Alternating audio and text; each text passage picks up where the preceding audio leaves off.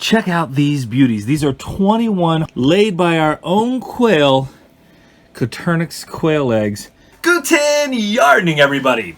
Well, I am super excited for this video today because this video is going to focus in on our first attempt at a bigger hatching of our quail eggs. Now, for those of you that don't know, we started raising quail about 3 months ago. And when they first started laying eggs, we took the first 4 eggs, we tried to hatch them. We ended up getting 3 hatching, and 2 of them survived. And they're out there now. One of them is laying eggs, and the other one is a roux. Well, in this video, I'm going to focus in on 24 eggs that our hens laid that we then tried to incubate. Now, there's a ton of learning that we did during this process, and I think it's going to serve us well in the future.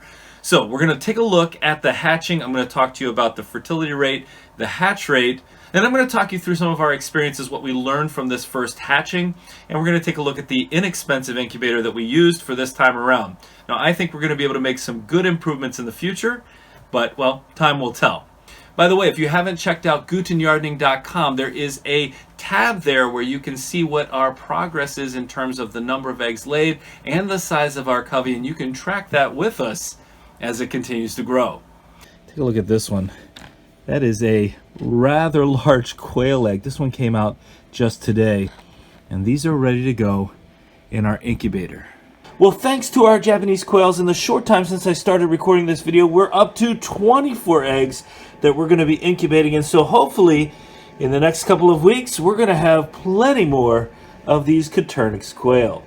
All right, we've reached day 14, and it is time to lock down these eggs. So I'm going to go ahead and get the top off of here, and you can see the temp in here, and it's going to fall pretty quickly, but we're really close to that 99.5, and our humidity is also falling, but we were at about 45% humidity. So what I need to do is to get this black holder out of here and this top white layer, and then we're going to get these all placed down on the bottom layer so that they can go into lockdown. Now I want to do this as quickly as possible. You can see we're down on that bottom layer now. And the reason everything has to come out of here is because we don't want these eggs to be turning anymore. Now that we're in lockdown, we're not going to be opening this back up. They're just going to stay down in here until they hatch. Again, they don't need to be turning anymore at all. So once we get all these in here, I'll show you what our setup looks like. One thing I'm going to do is I'm going to use our Nurture Rate 360, and I'm going to candle these eggs as I take them over so we can see just about how many we have. This one is in great shape, and you can see that this one didn't do anything, so we'll be able to tell just how many of these are fertilized and ready to go. All right, looks like 15 of them are fertilized. 15 of them, when they candled them, came in dark, and that means that these 9 were not. So these aren't going to develop into anything. So what we're going to do is we're going to keep that temperature at the same 99.5, but I'm going to work to increase that humidity up to about 65% until these hatch here in a couple days.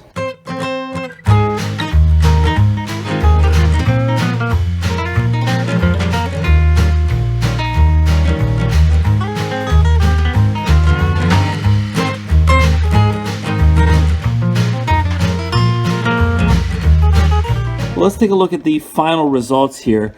We had 15 eggs that candled, showing that there was growth, and of those 15, we ended up getting 11 of them to hatch. So we've got all of them in our homemade brooder here, our DIY brooder. This is where we have our water. You can see they're spreading their feed everywhere, but they're all really nice, happy, healthy. Some pretty cool different colors in here too.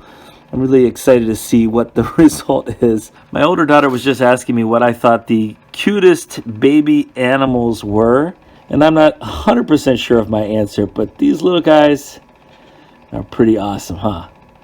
And what they mean for us, well, in just about a month and a half, we're going to be getting some eggs from all the hens in here, and we'll probably have a bunch of roux as well. Now, the incubator we were using is the HBlife incubator, and I'm going to talk a little bit about that in a second, but let's focus back in on our fertility rate and our hatch rate, because right now we don't have the ideal ratio of roux to hens in our setup. I mean, part of that is because we're just starting and our covey isn't all that big, and I think that's going to actually improve over time as we continue to hatch more of these quail. But right now we have one setup that is a 6-to-1 ratio, which is a little bit too high. We have another setup that's a 3-to-1 ratio, which is a little bit too low. And then we have a 1-to-1 ratio. Now, 1-to-1 ratio means that most of the eggs are probably getting fertilized.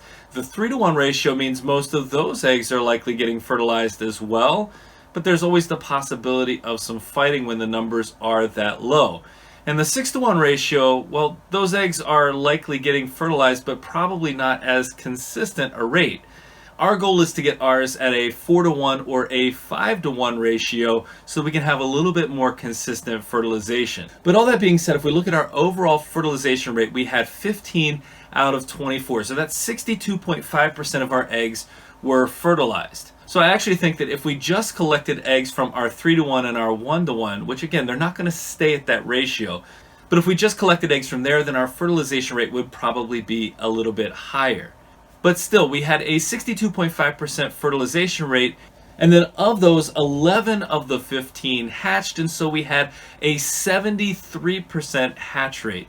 Now that is not great, but it's not bad either, I think, for our first time, especially with this inexpensive incubator.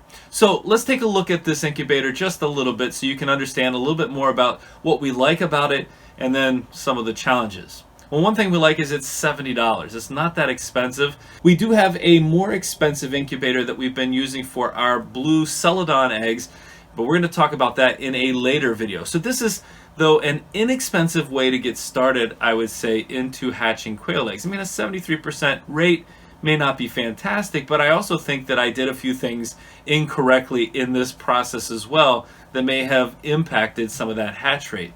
But one of the things I like about this setup is that black container that holds the eggs in place can be adjusted so you can actually pick different sizes for different sized eggs. So that's nice. There's some modification there.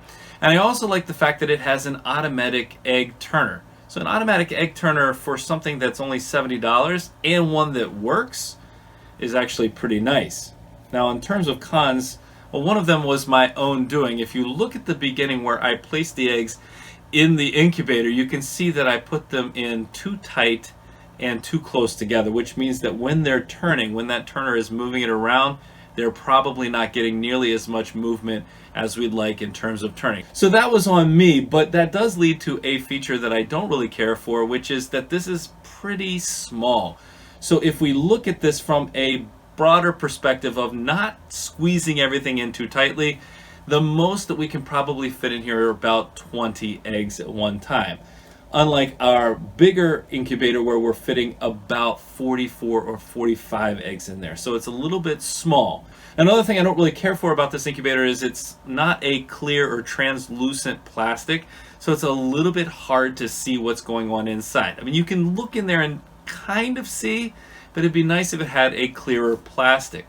Now the temperature itself is pretty close. We had to set it a little bit higher than the actual temperature stated, and we could tell that based on the hygrometer that we put inside, the Govee hygrometer, which we like a lot, and I'm going to put a link to that in the description. But along those lines, while the temperature was close, the humidity, there is no humidity sensor, and so there's no way to tell unless you have a hygrometer what your humidity level is at. And so without that additional hygrometer, it's really kind of impossible to judge what your percentage of humidity is. And on top of that, it's kind of a pain to add water. There's a tiny little hole at the top that you have to carefully pour water in order to adjust the humidity, and that's not ideal as well. But all that being said, if you're brand new to hatching quail eggs like we are, and you want something that's going to work at least marginally well, then I would say that this isn't necessarily a bad setup for you. It's one that certainly has provided us with 11 new baby chicks, and so we're going to keep using it in the future. And again, we're going to make some adjustments. We're going to loosen up those eggs, allow it to turn a little bit better. We've got the hygrometer in there right away, so we're consistently maintaining temperature and we're consistently maintaining the humidity that we need, that 45% and then 65% when we come to lockdown. And so I think, well, I'll tell you, we've already put 20 more eggs in there. We've got them going. We want to keep this covey growing as quickly as we can at this point. Well, I hope you enjoyed this video. We're so excited to have these new quail chicks as a part of our covey and to see that covey grow. I mean, they're growing daily. It's really amazing that after 3 or 4 days, you look at those little chicks and you think there is no way they could have fit in a tiny little quail egg. And yet, there they are, growing quickly. And you know, in about 7 weeks, we're gonna have a whole bunch more eggs coming in as well. Well, if you enjoyed today's video, don't forget to give us a like, leave us a comment, remember to share and subscribe, and most importantly, remember, when you're with us, you are good to grow.